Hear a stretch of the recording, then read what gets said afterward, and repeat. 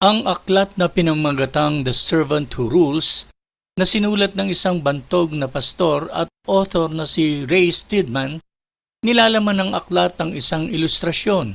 Isang kilalang jazz pianist na nagngangalang George Shearing ay ipinanganak na bulag. Sa kabila ng kanyang kalagayan, he was able to compose 300 piano pieces. Isa na dito ang jazz standard na may pamagat na Lullaby of Birdland. Ito naman ay nilapatan ng lyrics ni George David Weiss at inawit ng Vatican jazz singer na si Ella Fitzgerald ng taong 1952. Katulad ng maraming artist noon at maging ngayon, Shearing toured continually throughout his long career at kadalasan ay makikita siya sa downtown areas na mamasyal, suot ang kanyang dark glasses at dala ang kanyang puting baston. Minsan, natagpuan niya ang kanyang sarili sa isang busy intersection. Habang nag-aantay siya na may tumulong sa kanya upang makatawid, bigla na lamang may tumakip sa kanyang balikat. Sa pag-aakalang mayroong tutulong sa kanya, laking gulat niya nang madinig niya ang tinig. That was not offering to help him but a request. Ang sabi ng lalaki, "Excuse me sir, would you mind helping a blind man cross the street?" Shearing was about to tell the other man that he too was blind. Ngunit nag-isip-isip siya at kanyang sinabi sa kanyang sarili, "Sige nga, subukan ko." Kaya't sinabi ni Shearing sa lalaki, "Certainly my friend, here, take my arm," wika niya. At tumawid nga ang dalawang bulag, the blind leading the blind. At sa kanilang pagtawid, napakarami nilang nadidinig na busina, mga galit na sigaw, langit-ngit ng gulong na biglang preno. Ngunit di naglaon, nakatawid sila ng payapa. Sabi ni Shearing sa kanyang sarili na hindi na niya uli gagawin iyon. At kanya ring sinabi, "But I'm glad I did it once. It was the biggest thrill of my life," wika niya. Ang ating teksto sa umagang ito ay ipinakikilala tayo sa isa pang bulag. And he too is about to experience a thrill far greater than crossing a busy intersection with blinded eyes. Kanyang mararanasan ang isa sa mga kakaibang himala na natala sa bagong tipan. Sinasabi sa verse 2 na si Jesus at ang kanyang mga alagad ay bumalik sa Bethsaida. Nang huli silang naroroon, marami ang pinagaling ni Jesus. Mark chapter 6 verses 53 to 56. At ngayon sa kanyang pagbabalik ay may ilang tao ang nagdala sa kanyang harapan ng isang lalaking bulag at hiniling na hipuin at muling magpamalas ng isang natatanging milagro. Ang mga taong ito ay mga hintil at sila ay naniniwala na ang hipo ni Jesus ay may kapangyarihang magpagaling at mabigyan ng paningin ang kanilang kaibigang bulag.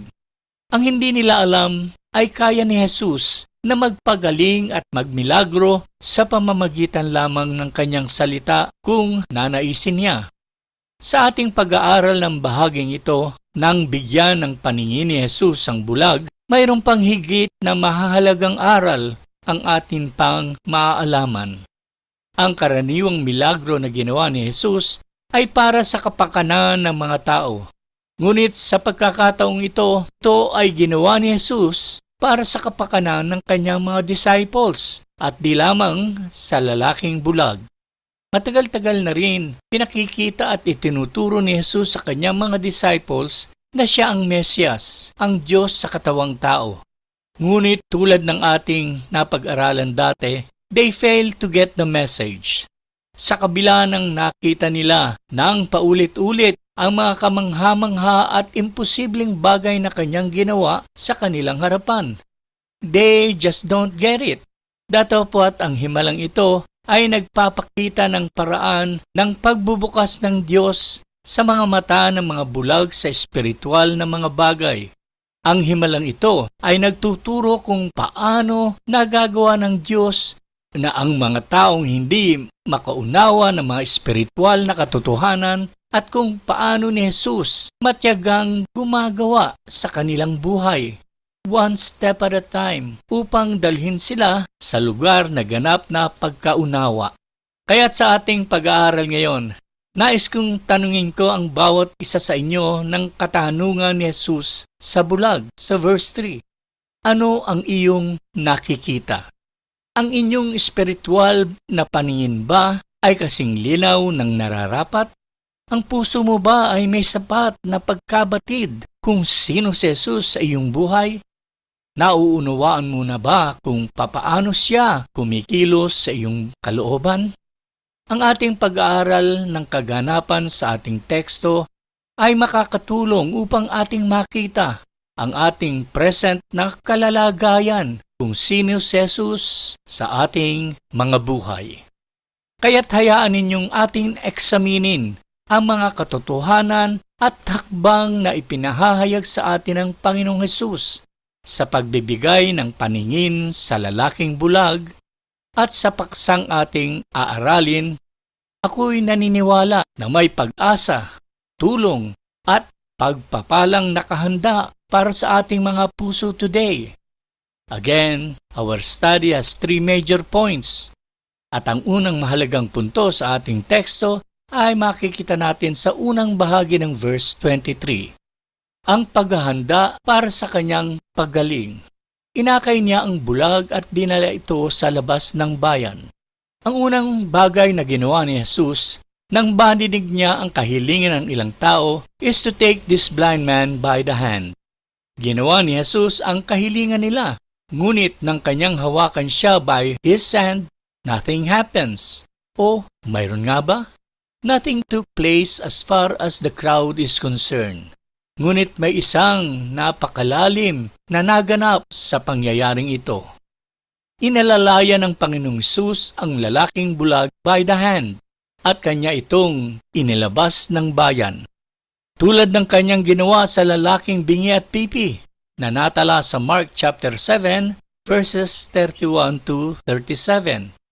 Inalayo ni Jesus ang taong ito malayo sa nagdadaksa ang mga tao upang gawin ang kanyang pagbibigay paningin sa lalaki.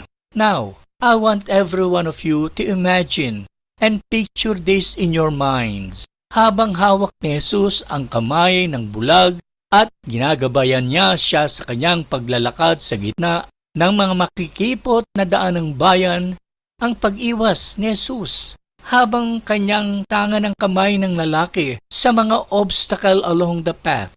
Yes, Jesus was so patient and kind as He leads this poor blind man along one step at a time, samantalang hawak niya ang kanyang kamay.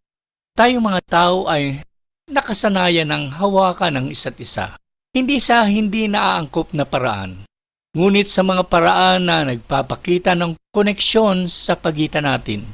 Halimbawa, kapag kayo ay naka-attend ng isang local church service, madalas tayong nakikipag-shake hands sa ating mga nakakasalubong at nagbabatian sa isa't isa saying, "Good morning, kamusta po kayo?" A handshake allows us to make a physical connection that is not threatening, aggressive, or uncomfortable. A handshake is something many of us experience on a daily basis. Datapwat ang matagal na paghawak sa kamay gives you a very intimate experience. Naaalala niyo pa ba noong inyong kabataan nang kayo ay may boyfriend o girlfriend at namamasyal pa kayo sa luneta na magkahawak ang mga kamay? Isipin ninyo na gaano ka-espesyal ang paghahawakan ninyo ng kamay ng inyong asawa habang kayo ay naglalakad from place to place.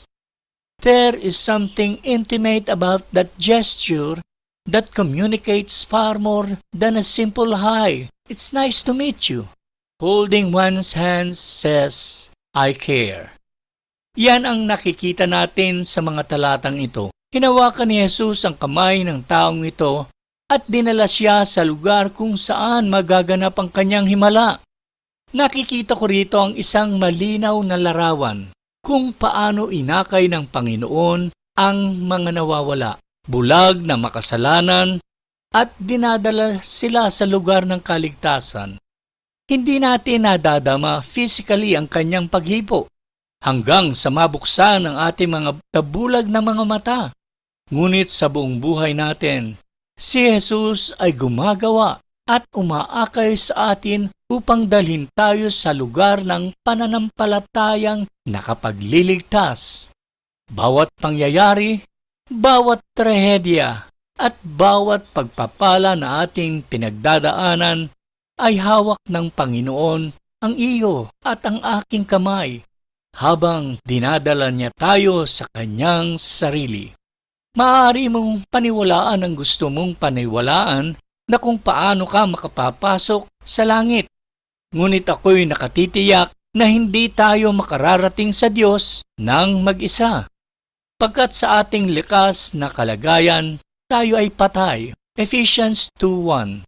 Noong una ay patay kayo dahil sa inyong mga pagsuway at mga kasalanan. Ang Diyos ang maliwanag na siyang nag-aakay sa atin sa pagkakilala sa Panginoong Hesus. John 6 verse 44. Walang makalalapit sa akin maliban dalhin siya sa akin ng Ama na nagsugo sa akin. Iniligtas niya ang makasalanan, Luke chapter 15 verse 3-5. Dahil dito sinabi sa kanila ni Jesus ang talanghagang ito, kung ang sinuman sa inyo'y may 100 tupa at nawala ng isa, ano ang gagawin niya? Hindi pa't iiwan niya ang 99 sa pastulan at hahanapin ang nawawala hanggang sa ito'y matagpuan. Kapag nakita na niya ang tupa, masaya niya itong papasanin. Inaakay tayo ni Jesus sa kanyang sarili. If you are saved, can you now look back and remember? Can you see the tender way Jesus brought you along until your eyes were opened and you saw yourself for who you really are? And you saw Jesus as your only hope. Can you remember how He led you to bring you to the place of faith and repentance? Isang napakalaking pagpapala ito. Ang ikalawang mahalagang point na ipinapakita sa atin ng teksto ay masusumpungan natin sa ikalawang bahagi ng verse 23 hanggang verse 25. Ang proseso ng kanyang pagpapagaling. Matapos duraan at takpan ang mga mata nito ng kanyang kamay, tinanong ni Jesus, "May nakikita ka ba? Ano ang iyong nakikita?" Tumingin ang lalaki at sumagot, "Nakakakita po ako ng mga tao, ngunit para silang mga punong kahoy na naglalakad."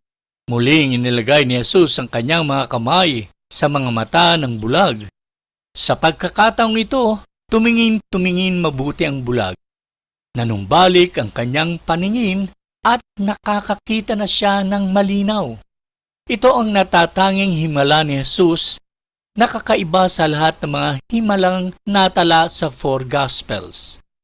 Kadalasan, hinihipo o kinakausap ni Jesus ang may sakit at sila ay gumagaling.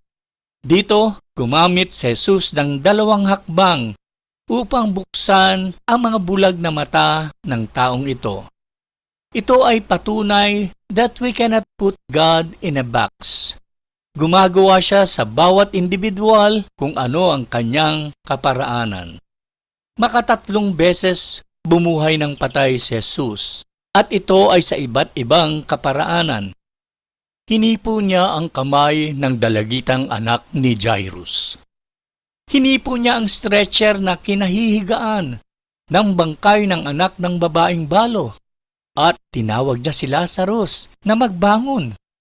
Pati na rin ang paraan ng mahimalang pagpapagaling ni Jesus ay sa iba't ibang kaparaanan. He healed 1 leper by touching him. He healed a group of 10 lepers by speaking to them. Kung minsan ay pumupunta si Jesus kung saan naroroon ang may sakit. At sa ibang pagkakataon, dadalhin ang may sakit sa kanya. Sa ibang pagkakataon, magpapagaling si Jesus mula sa malayo. Tunay na hindi natin maaaring maikulong sa kahon ang Diyos at ang kanyang mga kaparaanan. Ang gawa ng Diyos ay kanyang dinisenyo ayon sa individual na mananampalataya. Kung paano siya gumawa sa aking buhay ay maaaring hindi gagana sa inyong buhay. Tayong mga believers ay nakakaranas ng iba't ibang kaparaanan ni Jesus sa ating mga buhay. Pagkat ang bawat isa sa atin ay espesyal sa kanyang harapan. And we should praise the Lord for this. Ngayon, tingnan natin kung paano kumilos si Jesus sa buhay ng bulag na ito upang ibalik sa kanya ang kanyang paningin. Ang unang ginawa ni Jesus ay dumura at tinakpan ang mata ng lalaki. Para sa marami, yun ay nakakadiri. Kung may dumura sa iyong muka o ibang parte ng iyong katawan, abay, away agad ito. Pero nung unang panahon, iba ang iniisip ng mga tao kaysa ngayon. Naniniwala sila na may nakakapagpagaling sa laway ng tao. Naniniwala pa rin ang karamihan sa bagay na ito sa ating panahon. Halimbawa, kung magkakaroon ka ng maliit na hiwa sa iyong daliri, ano ang unang bagay na ginagawa ng karamihan sa mga tao? Hindi ba dinidikit nila ito sa kanilang bibig at minsan sinisipsip ang dugo upang di ma-infeksyon at nilalawayan? Bakit? Ang laway ay may nakapapawing katangian. Walang hapdi tulad ng alkohol. Oo, ito ay puno ng mikrobyo. Ngunit ito ay naging instinct na ng mga tao. Ang pagdura ng isang tao sa iyong mata ay isang nakakagambalang bagay. Ngunit ang pagdura ay agad na sinundan ng magiliw na paghipo ng Panginoon. Ang taong ito ay hindi nakakakita, ngunit nakakaramdam siya. Ang Panginoon ay gumagawa sa paraang walang saysay sa atin, ngunit ito ay naunawaan ng bulag. Matapos alisin ni Jesus ang kanyang kamay sa mata ng bulag, siya ay tinanong ni Jesus kung mayroon siyang nakikita. Nang imulat ng lalaki ang kanyang mga mata at tumingin sa paligid, sinabi niya, "Nakakakita po ako ng mga tao, ngunit para silang mga punong kahoy na naglalakad." Ilang bagay ang ating mapapansin sa mga talatang ito. First, it tells us that the man hasn't always been blind. He was able to identify people around as people. Second, it teaches us that his healing was far from complete o hindi ganap. He could discern light and shapes, but he could not see clearly. Thirdly, this partial healing does not suggest, as some commentators like to imply, that the healing powers of Jesus was failing. May mga ilang kasing mga mangangaral ang nagsasabi na napakalakas ng oposisyon at that time ng Diablo at ng kanyang mga minions na humahadlang sa pagkakataong iyon upang di maging ganap ang pagpapagaling sa lalaki. Isang malaking kalokohan ang pananaw na ito, pagkat ginagamit ni Jesus ang pagpapagaling sa lalaki bilang isang mahalagang aral. Maaaring na-restore ni Jesus ang paningin ng lalaki sa pamamagitan lamang ng kanyang makapangyarihang salita. Ngunit ginawa niya ito para sa ikatututo ng kanyang mga alagad at tayo rin. Pagkatapos muling inilagay ni Jesus ang kanyang mga kamay sa mata ng lalaki at laking gulat ng lalaki, biglang naging napakaliwanag ng kanyang nakikita. His healing was complete. His eyesight was restored. Sa bawat kwento sa Bible ay may espiritual na aplikasyon para sa mga tao ng Diyos. At huwag nating palampasin ang sinusubukang ituro sa atin ng Panginoon. Ang bulag na lalaki ay paglalarawan ng espiritual na kalagayan ng mga disipulo. Mula nang sila ay sumunod sa Panginoong Hesus, nagpamala si Jesus ng sunod-sunod na kamanghamanghang mga himala upang makita ng kanyang mga alagad na siya ang pinangakong Mesyas, ang mismong anak ng Diyos. Nakita nila siyang nagpagaling ng may mga sakit, nagpalayas ng mga demonyo at ng mga masasamang espiritu, bumuhay ng patay, lumakad sa tubig at nagparami ng tinapay at isda, kasama ang marami pang makakapangyarihang patunay ng kanyang tunay ng pagkakakilanlan. Ngunit hindi ito nakuha ng kanyang mga alagad. Tulad ng ginawa ni Jesus sa bulag, makailang ulit na dinuraan niya at hinipo ang kanilang mga mata sa pamamagitan ng kanyang pinakitang miracles at pangangaral. Ngunit hindi nila lubos na maunawaan kung sino si Jesus hanggang sa nang siya ay mamatay at bumangon mula sa mga patay. Pinangunahan ni Jesus ang kanyang mga disciples mula sa lubos na espiritual na pagkabulag patungo sa isang lugar kung saan makikita nila siya ng malinaw. Iyan ang layunin ng ating Panginoon Diyos para sa bawat isa sa kanyang mga anak. Bago dumating ang Panginoong Hesus sa ating buhay, tayo ay lubos na bulag sa ating makasalanang kalagayan. Dumating si Jesus at siya ay dumura sa ating mga mata. Pinagkalooban tayo ng kanyang biyaya upang manalig at lubos na niyanig niya ang ating mundo. Ginawan niyang lahat ang ito upang buksan ang ating espiritual na mga mata upang ating siyang makilala. John chapter 6 verse 44. Kapag tayo ay lumapit kay Jesus at naligtas, tayo ay katulad ng tao sa himalang ito.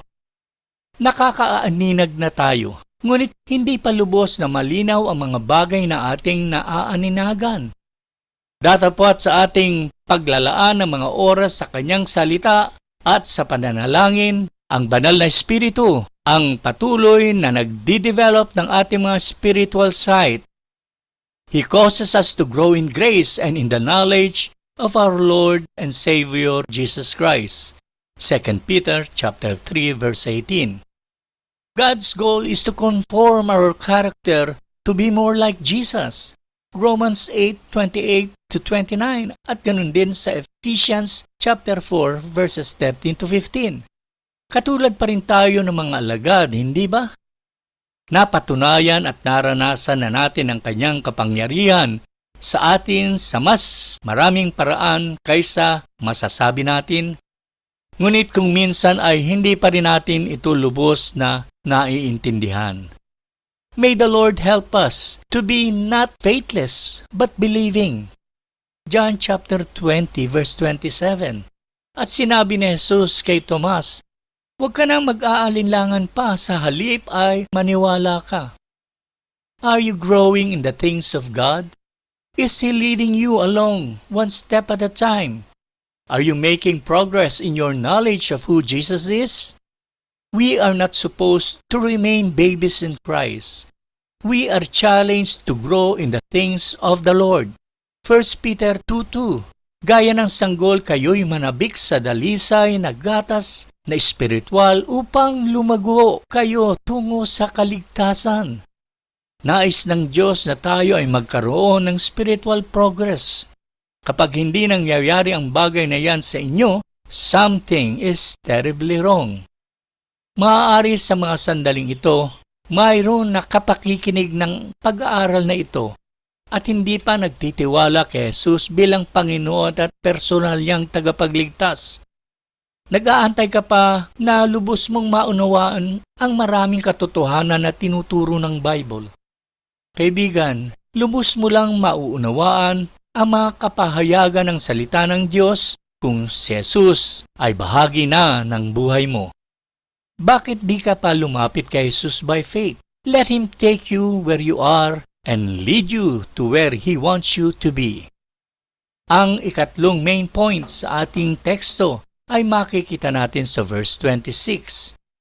Pagkatapos ng pagpapagaling, sinabi sa kanya ni Jesus, maaari kang nang umuwi. Huwag ka nang bumalik sa bayan. Ang mga naging kaganapan ay isang makapangyarihang himala na may makapangyarihang mensahe. Ngunit sinabi ni Jesus sa pinagaling na lalaki na umuwi na siya at huwag nang babalik sa bayan ng Bethsaida upang hindi na malaman ng iba pa ang tungkol sa himala. Sa katunayan, hindi ito ang unang pagkakataon na ninais ni Jesus ang isang tao na napagaling na huwag sabihin sa iba tungkol sa naganap na himala. But why? Kung inyong matatandaan, madaming pinamalas na himala si Jesus sa bayan ng Betsaida. Binigyan sila ng malinaw na katibayan na si Jesus ang Mesiyas. Ngunit tumanggi silang maniwala sa Kanya. Dahil dito, hinatulan ni Jesus ang bayan ng Betsaida. Matthew chapter 11 verses 21 to 22. Kawawa kayo mga taga-Korazin. Kawawa kayo mga taga-Betsaida. Sapagkat kung sa Tiro at Sidon ginawa ang mga himalang ginawa sa inyo, matagal na sanang nagdamit ng sako at naupo sa abo ang mga taga roon bilang tanda ng kanilang pagsisisi. Ngunit sinasabi ko sa inyo, sa araw ng paghuhukom ay mas kahahabagan pa ang mga taga-Tiro at taga-Sidon kaysa sa inyo. Ang bayan ng Betsaida ay tinanggihan ng Panginoon dahil sa kanilang kawalan ng pananampalataya. Tinanggihan nila ang dakilang liwanag na ibinigay sa kanila at hindi na sila tatanggap ng liwanag pang muli. Kaya naman dilana ni Jesus ang lalaki sa labas ng bayan. Ang bayan ay off-limits na sa biyaya ng Diyos. Ngunit handa pa rin si Jesus na makitungo sa ilang mga individual. Ang komunidad ay hinatulan na, ngunit may ilang mga individual na maaari pa ring maligtas. Yan ay naglalarawan sa ating bansa. Sa kabuuan, masasabi ko na God has rejected our country because of its idolatry. Pagtuloy na pamumuhay sa kasalanan, ang tuluyang pagtalikod ng nakararaming kababayan natin sa buhay na Diyos at sa kanyang mga aral. And the nation have turned a deaf ear to the gospel call of repentance and faith alone in Christ.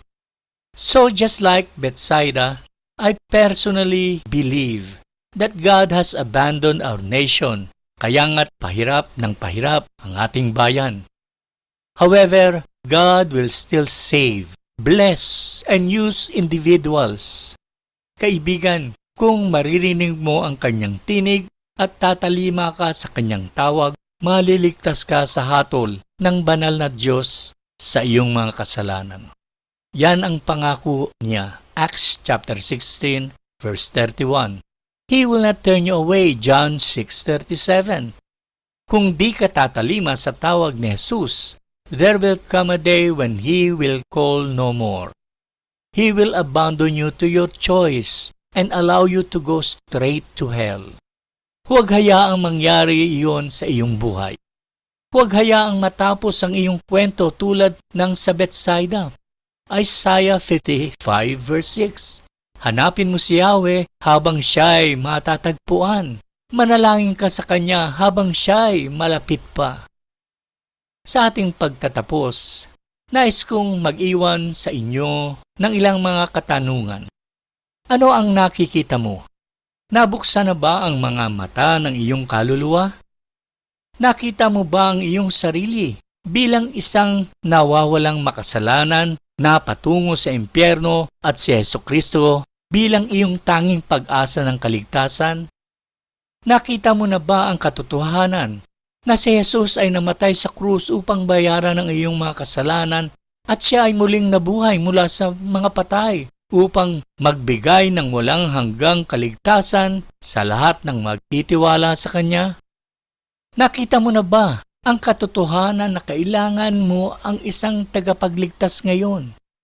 Inihahayag ba ng Panginoon ang iyong tunay na kalagayan sa Kanyang harapan? Nakita mo na ba kung nasaan ka sa iyong spiritual na paglago? Masasabi mo bang higit mo pang kilala si Jesus today kaysa kahapon? Nababago ba ang dati mong pagkatao o nananatili ka pa rin sa dati mong pag-uugali?